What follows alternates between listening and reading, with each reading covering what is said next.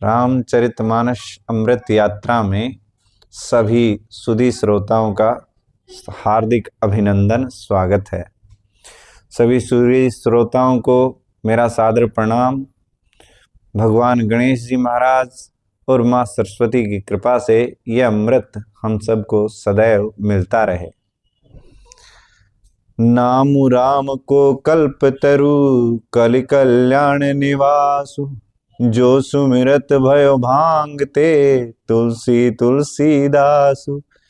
कलयुग में राम नाम कल्पतरु, मन चाहा पदार्थ देने वाला और कल्याण का निवास, मुक्ति का घर है, जिसको स्मरण करने से भांग सा निकृष्ट तुलसीदास तुलसी के समान पवित्र हो गया। चहु जुग तीन काल तिहु लोका, भये नाम जप जीव बिसोका। वेद पुराण संत मत एहु, सकल सुकृत फल राम सनेहु। केवल कलयुग की बात नहीं है, चारों युगों में, तीनों कालों में और तीनों लोकों में नाम को जप कर जीव सुकृहित हुए हैं। वेद पुराण और संतों का मत यही है कि समस्त पुण्यों का फल श्री राम जी में या राम के नाम में प्रेम होना है।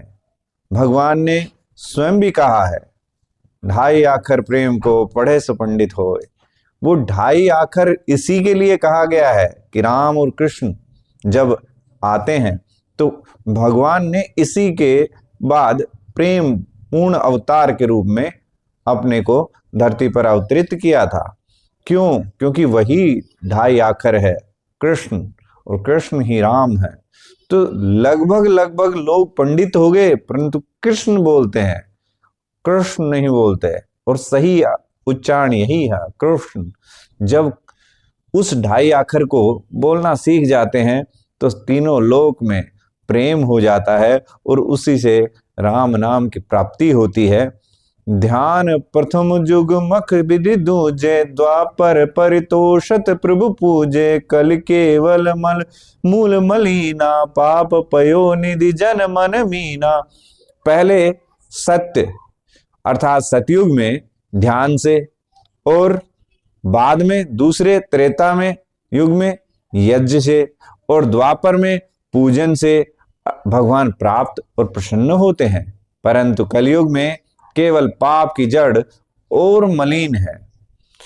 इसमें मनुष्यों का मन पाप रूपी समुद्र में मछली की तरह बना हुआ है, अर्थात पाप से कभी अलग होना ही नहीं चाहता।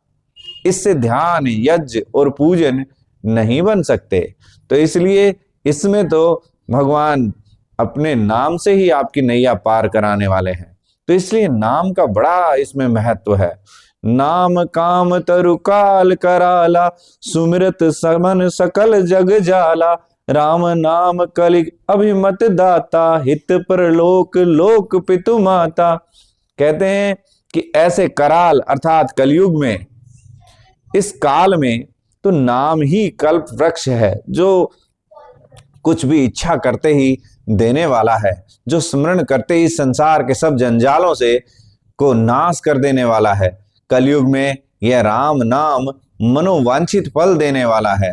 परलोक का परम हितैषी इस लोक का माता पिता है, अर्थात परलोक में भगवान का परम धाम देता है और इस लोक में माता पिता के समान सब प्रकार से पालन और रक्षण करता है। नहीं कलि कर्म न भक्ति विवेकु, राम नाम अवलंबन एकु। काल नेम कलि कपट निधानु, नाम सुमति समरथ हनुमानु। कलयुग में न कर्म है, न भक्ति है और न ज्ञान ही है। राम नाम ही एक आधार है। कपट की खान कलयुग रूपी काल नेमी को मारने के लिए राम नाम ही बुद्धिमान और समर्थ श्री हनुमान जी हैं। क्योंकि हनुमान जी के साथ कपट किया काल नेमी ने और भगवान नाम का सहारा लेकर के उन्हें उन जैसे बुद्धिमान को भी एक बार जाल में फंसा लिया था। तो इसी प्रकार उसकी तुलना यहाँ कलयुग से की गई है काल नेमी की, कि वो भी यहाँ सबको फंसाए हुए है, परंतु अंत में भगवान का नाम लेने के कारण हनुमान जी ने उसको भी मोक्ष दिया था। और यहाँ कलयुग भी इसी रूप में सबको बांध के रखे हुए हैं और भगवान राम की भक्ति करने वाले हनुमान जी के रूप में उनका नाम उन भक्तों को जो कलयुग के फेर में हैं, अगर वो भगवान का नाम लेते हैं तो उन्हें मुक्त करता है और उनके परम धाम को पहुंचाता है। राम नाम नर केसरी कनक कसिपु कलिकाल, जापक जन प्रहलाद जिमी पालहि दलि सुरसाल। कि राम नाम श्री नरसिंह भगवान है। कलयुग के जो पाप हैं वो हिरण्यकश्यप की भांति हैं और जप करने वाले जन प्रहलाद के समान है। ये राम नाम देवताओं के शत्रु अर्थात कलयुग रूपी दैत्य को मारकर जप करने वालों की रक्षा करेगा। भाए कुभाए अनख अलसाहू नाम जपत मंगल दिसि दसहू, सुमिरो सो नाम राम गुण गाथा करऊ नाय रघुनाथ ही माथा। अच्छे भाव से, प्रेम से, बुरे भाव से, वैर से, क्रोध से, आलस्य से, किसी तरह से भी नाम जपने से दसों दिशाओं में कल्याण होता है। इसीलिए कहा गया है भाए कुभाए अनख अलसाहू अर्थात कैसे भी भजो, भाव में, स्वभाव में, कुभाव में, प्रभाव में, अभाव में, जैसे भी उठते बैठते जाते सोचते गाते सब जगह भगवान का नाम होना चाहिए। जब जो कर रहे हो उसमें ईश्वर सर्वप्रधान हो, सब कुछ वो हो, तो कहते हैं कि दसों दिशाओं में भगवान आपकी रक्षा करेंगे, आपका कल्याण होगा। उसी परम कल्याणकारी राम नाम का स्मरण करके श्री रघुनाथ जी को मस्तक नवाकर मैं राम जी के गुणों का वर्णन करता हूं। अर्थात वो दसों दिशाओं में जिस प्रकार से उनका नाम परम कल्याणकारी है उसी को अपने मस्तिष्क में रख करके मैं श्री रघुनाथ जी को, श्री राम जी को मस्तक नवाता हूं, अर्थात उन्हीं के गुणों को गाता हूं और उन्हीं के गुणों का वर्णन करता हूं। अब जो चौपाई है ये इतनी महत्वपूर्ण है कि किसी की कैसी बिगड़ी क्यों ना हो भगवान इसे बना देते हैं। इसे संपुट के रूप में लगा करके सुंदरकांड को पढ़ा जाए तो रोजगार के पूरे पूरे आपके प्रयास जो है वो सफल हो जाते हैं। साथ ही घर में किसी प्रकार का कलह है, किसी प्रकार की विपत्ति है, वो सब दूर हो जाती हैं। इससे निरोग शरीर भी प्राप्त होता है, आरोग्य प्राप्त होता है। अगर आप इसे संपुट के रूप में लगा करके और फिर सुंदरकांड का पाठ करें तो मोरि सुधारहि सो सब भांति, जासु कृपा नहीं कृपा अघाती, राम सुस्वामी कुसेवक मोसो, निज दिसि देखि दया निज पोषो। कहते हैं ये वाला संपुट लगाना है बस आपको, मोरि सुधारहि सो सब भांति, जासु कृपा नहीं कृपा अघाती। कहते हैं कि वे श्री राम जी मेरी बिगड़ी सब तरह से सुधार लेंगे, जिनकी कृपा करने से नहीं अघाती है। अघाती मतलब तृप्त होती है। तो इसलिए कि उनकी कृपा जो है वो किसी पे कृपा करके रुकती नहीं है, और कृपा करती ही रहती है, अघाती नहीं है। अघाती का मूल रूप होता है तृप्त होना, धाप जाना, जिसे देसी भाषा में कहते हैं कि ये तो धाप गया, खा खा के धाप गया। परंतु उनकी कृपा कभी धापती नहीं है, कभी तृप्त नहीं होती, करती रहती है कृपा। तो इसलिए इस संपुट को लिख लीजिए, यदि जो सुनने वाले हैं, यदि रोजगार वाले हैं तो उनके लिए तो विशेष रामबाण औषधि है कि मोहि सुधारी सो सब भांति, जासु कृपा नहीं कृपा अघाती।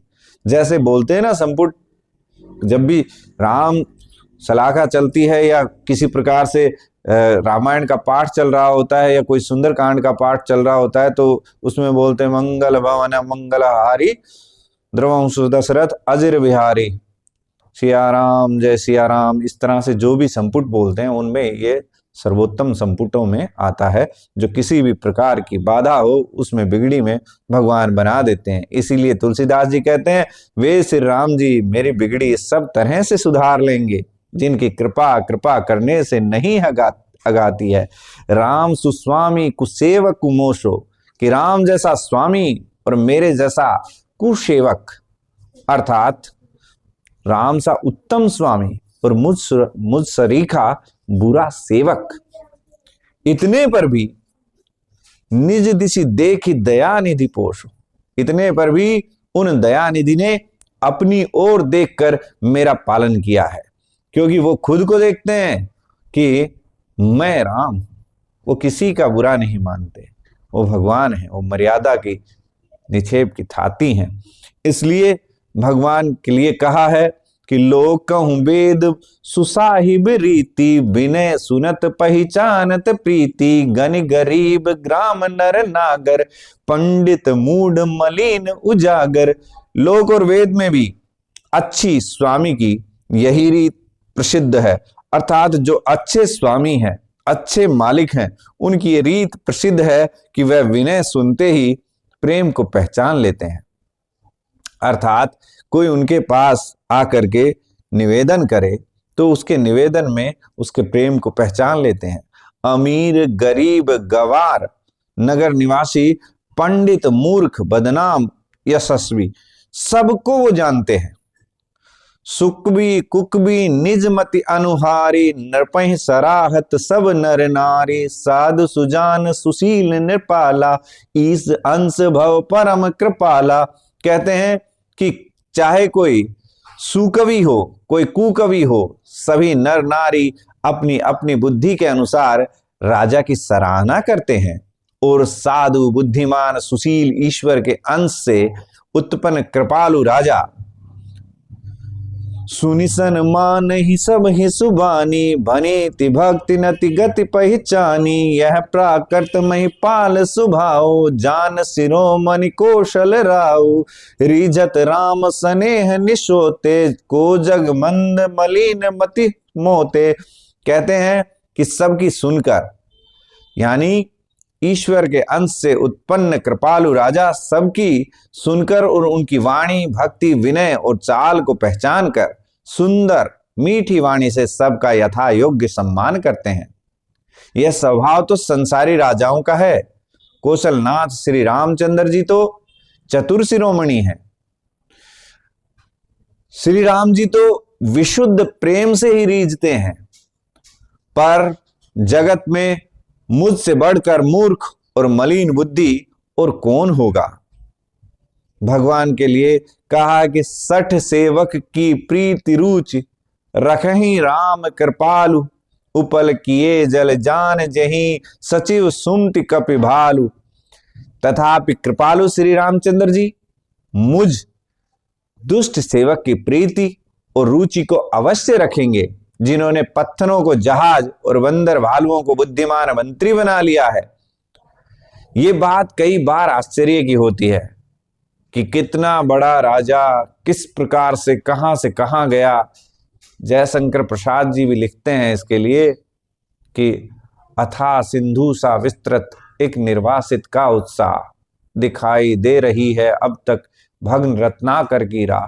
कहते हैं कि एक ऐसा व्यक्ति, क्योंकि भगवान तो राम सामान्य होकर आए हैं, क्योंकि जिस तरह से ब्रह्मा ने वरदान दिया है उसको भी तो पूरा करना है कि देव के रूप में आए, तो फिर वो कार्य किया तो कहीं ना कहीं उस वरदान का उल्लंघन होगा जो ब्रह्मा जी ने रावण को दे दिया है। तो कहीं ना कहीं एक ही राह बचती है और सामान्य मनुष्य की, तो मनुष्य रूप में धरती पर अवतरित हुए हैं और उस कार्य को संपन्न कर रहे हैं। तो उसमें क्या कहते हैं कि अथा सिंधु सा विस्तृत, एक निर्वासित का उत्साह। एक निर्वासित जो घर से निकला है, जो वनवास पर है, उसका उत्साह कितना गजब का है। नए युवाओं को ये देखना चाहिए कि छोटी छोटी बात पर वो परेशान हो जाते हैं, तो उनको सोचना चाहिए कि जो निर्वासित है, घर से निकला हुआ है, उसका उत्साह सिंधु सा विस्तृत, सिंधु के समान, समुद्र के समान है, जिसने अब ऐसी वो राह बनाई है, दिखाई दे रही अब तक भग्न रत्नाकर की राह, कि वो अब तक वो राह दिखाई देती है, जिसे नासा ने भी प्रमाणित कर दिया है कि एक ऐसी राह बनाई थी भगवान ने जिसे आदम का पुल कहा जाता था। तो कहते हैं कि उनके अंदर इतना वो है कि वो भालुओं को मंत्री बना देते हैं। और किस प्रकार से उन्होंने पत्थरों से जहाज बना दिए और उनके ऊपर से तर गए हैं लाखों सैनिक उनके। तो ये एक यहां पर जो बात बताई है उसमें कई बार कुछ चीजें ऐसी आती हैं कि कुछ लोग पूछ लेते हैं कि क्या ऐसा संभव है। मैं इस प्रकार की कई रील अपने साथ भी रखता हूं। कई बार मदारी आपके यहाँ खेल दिखाने के लिए आता है, तो मदारी जब खेल दिखा रहा होता है तो उस समय वो बंदर और बंदरिया का खेल दिखाता है और उन्हें नचाता है। बंदर बंदरिया का जब खेल चलता है तो उसमें वो उससे कहता है कि बंदरिया रूठ जाती है और अपने मायके चली जाती है। बंदर अभिनय करता है और उसे लेने जाता है। बंदरिया बड़े आराम से उसका विरोध करती है कि मैं इसके साथ नहीं जाऊंगी, और मदारी पूछता है कि क्यों नहीं जाएगी। लोग बड़े उत्सुक होकर देख रहे होते हैं और उसी समय वो एक बैग में से एक बोतल निकालती है प्लास्टिक की और बोलती है उसकी तरफ इशारा करते कि ये शराब पीता है, इसलिए मैं इसके साथ नहीं जाऊंगी। फिर एक दो बातें और बताता है, और ये उसे लेने के लिए जब जाता है बंदर, उससे पहले वो कहता है कि मैं वहां पैदल नहीं जाऊंगा, तो ये उससे पूछता है क्या करेगा, तो मैं गाड़ी लेके जाऊंगा। और फिर ये थैले में से एक छोटी रेहड़ी सी निकालता है जिसमें पहिए हैं लकड़ी की, उसे जोड़ करके अपने पीछे, और तब लेकर जाता है कि मैं इस पर बिठाकर उसे लाऊंगा। मदारी से 3-4 वार्तालाप के बाद वो बंदरिया अपने वचन पूरे करवाती है और उसके बाद जाने के लिए तैयार होती है कि मैं शराब नहीं पीऊंगा। ये सारी प्रक्रिया उस मदारी के साथ वो दिखाता है। जनमानस में ये खेल कई बार आप लोगों ने भी देखा होगा। तो आप ये समझिए कि एक छोटा सा मदारी जो बहुत ज्यादा पढ़ा लिखा नहीं होता है, बहुत ज्यादा विद्वान नहीं है, बहुत ज्यादा सामर्थ्य नहीं रखता, वो एक बंदरिया और एक बंदर को इतना प्रशिक्षित कर देता है कि वो उस पूरे नाटक में उस मदारी से ज्यादा अभिनय करते हैं और लोगों को मंत्रमुग्ध कर लेते हैं, उन्हें बांध लेते हैं, और पूरे नाटक में किसी का मन नहीं होता उसे छोड़कर चला जाए। तो क्या फिर तीनों लोकों का स्वामी, 10 भुवन का मालिक, क्या इतना नहीं कर सकेगा कि जब वो धरती पर अवतरित होंगे तो इस तरह से जब वो बोलेंगे तो उनके मदारित्व में इतना वो होगा पुरुषार्थ कि वो एक बार कहेंगे तो पुल बना दिए जाएंगे, वो कहेंगे तो सेनाएं साथ चल पड़ेंगी और युद्ध लड़ेंगी। तो जब एक सामान्य मदारी एक बंदर और बंदरिया से इतना काम करवा सकता है, तो उस समय के तो सारे देवतुल्य, सारे देवता उस समय वानर रूप में, वृक्षराज के रूप में सब अवतरित हो गए थे। जब भगवान आते हैं तो पूरी उनकी सारी की सारी कायनात उनके साथ आती है।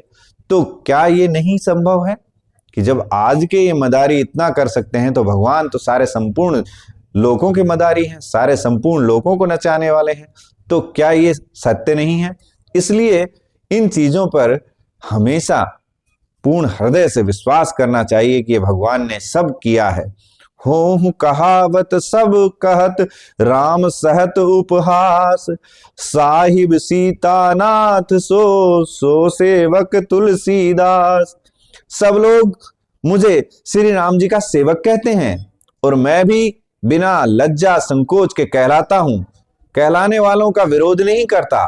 कृपालु श्री राम जी इस निंदा को सहते हैं कि श्री सीतानाथ जी जैसे स्वामी का तुलसीदास जा सेवक। भगवान की इस कृपा को मैं अपने सिर माथे पर लेता हूं कि वो मुझ पर इतनी कृपा करते हैं।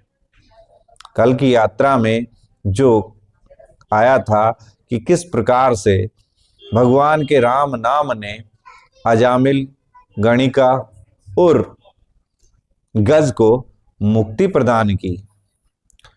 अजामिल एक ऐसा पापी है जो जंगल में रहता है और लोगों को लूटता है, और उस लूटने के पैसे से ला करके अपने परिवार में वो गुजारा करता है, गलत काम करता है, उल्टे सीधे आचरण करता है। एक बार संतों की एक टोली उधर से जाती है। इनकी पत्नी जो है उनसे कहती है कि कहते हैं कि हमें भोजन करना है। पत्नी का स्वभाव थोड़ा ठीक था, उसने कहा ठीक है मैं तैयार करती हूँ। अब ये भोजन के लिए बैठ जाते हैं और अजामिल जो सबको लूटता था वो आ जाता है। वो बोलता है कि तुम मेरे घर में क्या कर रहे हो? तो उन्होंने कहा कि हम भोजन कर रहे हैं, आपकी पत्नी ने हमें भोजन कराया है। तो कि मैं दुनिया को लूटता हूं, तुम मेरे घर में मेरी पत्नी को बुद्धू बनाकर भोजन कर रहे हो? उन्होंने कहा कि हमने भोजन कर लिया, आप दक्षिणा दीजिए। उन्होंने कहा कि भाई मेरा नाम अजामिल है, मैं किसी को दक्षिणा देता नहीं, मैं तो लूटता हूं। तो संतों ने देखा कि भाई यहाँ का अन्न ग्रहण किया है और ये तो बड़ा नीच प्रवृत्ति का आदमी है, इसका क्या होगा। संतों का स्वभाव सदा कल्याण करने का होता है, भगवान के भक्त हैं, इसलिए सोचते हैं क्यों ना भगवान की कृपा से इसका भी कल्याण किया जाए। तो उन्होंने कहा कि चलो इतना ही करो, यही दक्षिणा दे दो। उनकी पत्नी को बुलाया कि आपके यहाँ पुत्र होगा, उसका नाम नारायण निकालना। कि ठीक है साहब, निकाल लेंगे। 1.5 साल बाद उनके यहां पुत्र हुआ और उसका नाम नारायण निकाल लिया उन्होंने। अब बात आती है कि उन्होंने इतने पाप कर्म कर रखे थे कि उनका मोक्ष संभव नहीं था, परंतु सारे दिन उस पुत्र के प्रेम में उसे नारायण नारायण नारायण पुकारते। जब भी कुछ होता नारायण नारायण पुकारते। उनका इस तरह से पुकारना उन्हें उनके नारायण भगवान के नाम की तो गिनती है कलयुग में तो। और इस प्रकार से वो उस समय नारायण नारायण पुकारते थे तो उनके खाते में कहीं ना कहीं भगवान का नाम जुड़ ही रहा था। परमात्मा को तो ऐसे लोगों का कल्याण करना ही होता है। साधु संतों की कृपा हुई, वो आए, भोजन किया, तब तक कीर्तन किए। ऐसे नहीं है कि वो आए और भोजन करके चले गए, ये वाले आजकल के लोगों की तरह नहीं है। वो संत थे, जहां खाते थे वहां वो भजन कीर्तन करते थे। भजन कीर्तन करके ही खाना चाहिए, ब्रह्म भोज वही कहलाता है, ब्राह्मण के लिए भोज वही कहलाता है। तो कहते हैं कि उन्होंने वहां कीर्तन किए थे, उस घर की कहीं ना कहीं आबो हवा शुद्ध हो गई थी और वहां नारायण नाम का बेटा आया, सारे दिन अपने पिता से नारायण नारायण कहलवाता हो, तो उनका उद्धार होने लगा। अब होता क्या है कि एक दिन उनकी मृत्यु जब निकट आई और यम के दूत पास में खींचने लगे तो जीव घबराता है। तो उस समय जब जी घबराया तो वो अंदर से आवाज लगाई उन्होंने। ऐसे में जब हम दुख में होते हैं, पीड़ा में होते हैं, तो आंतरिक मन से आवाज आती है और उस समय उन्होंने आवाज लगाई और उस आवाज में वो जोर से चिल्लाए नारायण नारायण। और ये आवाज पूरे मन की आवाज थी, आंतरिक आवाज थी, भगवान तक पहुंची। भगवान के पार्षद आए कि क्या हुआ, कोई भगवान को पुकार रहा है, उसे क्या पीड़ा है। देखा तो यम के दूत उन्हें पास में खींच रहे थे। उन्होंने कहा कि नहीं, इन्हें न खींचो, इन्हें छोड़ दीजिए, ये वैकुंठ के गामी होंगे। भगवान के पार्षद आए, उन्हें अपने रथ में वैकुंठ ले गए।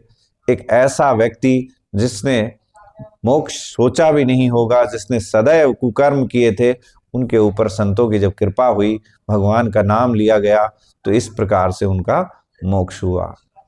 इसी प्रकार से एक गणिका थी जो वैश्यावृत्ति के काम में अटकी हुई थी और इस काम में जब वो बिल्कुल दलदल में फंस चुकी थी तो किसी दिन एक संत आए और राम नाम का जाप करने वाला कोई हरिमन तोता, जो तोता राजस्थान में अक्सर पाया जाता है, वो तोते बोलते हैं, तो वो किसी संत के यहाँ रहा था, इसलिए राम नाम हरि नाम लिया करता था।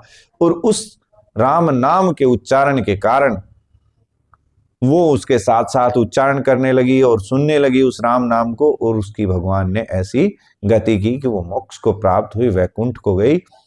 तो कहते हैं कि भगवान कृपा कर देते हैं, क्योंकि इनका कई कालों तक ऐसा चलेगा तो ये बिल्कुल गर्त में हो जाएंगे।